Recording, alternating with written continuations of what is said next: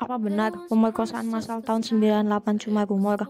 Dan kenapa justru Menteri Kebudayaan Fadlizon sekarang menyangkal salah satu luka yang paling kelam dalam sejarah Indonesia? Di video ini kita bongkar apa yang sebenarnya terjadi di balik kerusuhan 98 berdasarkan laporan PBB, investigasi jurnalistik hingga kesaksian korban.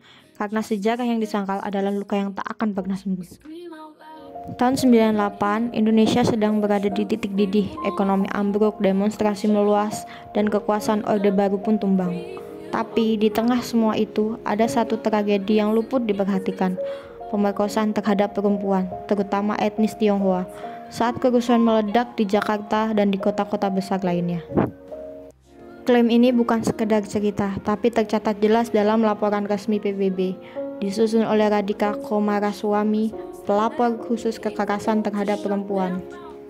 Namun, pada Juni 2025, Fadlizon, Menteri Kebudayaan di era Presiden Prabowo, menyebut peristiwa ini sebatas rumor.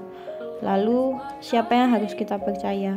Laporan internasional, kesaksian korban, atau politisi yang sedang menulis ulang sejarah? Dalam laporannya, Radhika menyebut bahwa tentara tak membantu korban, bahkan diam saja saat kekerasan seksual terjadi di depan mata mereka. Salah satu korban bahkan bercerita langsung, ia meminta tolong namun sang tentara hanya memalingkan wajah. Radhika juga menonton rekaman video dari masa itu. Dalam videonya, terlihat anggota militer justru ikut minum bersama para penjara, tertawa-tawa di tengah kerusuhan. Saat ditanya kenapa tak bertindak, tentara berdalih mereka enggan menciptakan korban baru setelah insiden mahasiswa tertembak di Semanggi dan Trisakti.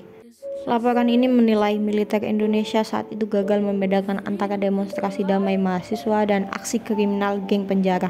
Inilah yang disebut oleh Radhika sebagai kegagalan sistemik dan budaya impunitas. Ada dua alasan kenapa tragedi ini terus disangkal. Pertama, minim bukti visual. Banyak kasus pemerkosaan tak terekam kamera, korban trauma, takut, dan cenderung bungkam. Yang kedua, narasi politik. Mengakui tragedi ini bisa membuka kembali luka besar yang mencoreng institusi militer dan elit politik saat itu. Tapi laporan PBB bukan satu-satunya bukti. Tim Gabungan Pencari Fakta atau TGPF yang dibentuk pemerintah Habibie sendiri menemukan pola kekerasan sistematis yang mengarah ke etnis Tionghoa, termasuk kekerasan seksual. Bahkan B.J. Habibie secara terbuka menyampaikan penyesalan mendalam atas kekerasan terhadap perempuan pada Juli 98. Kalau presidennya saja mengakui, kenapa sekarang menterinya menyangkal?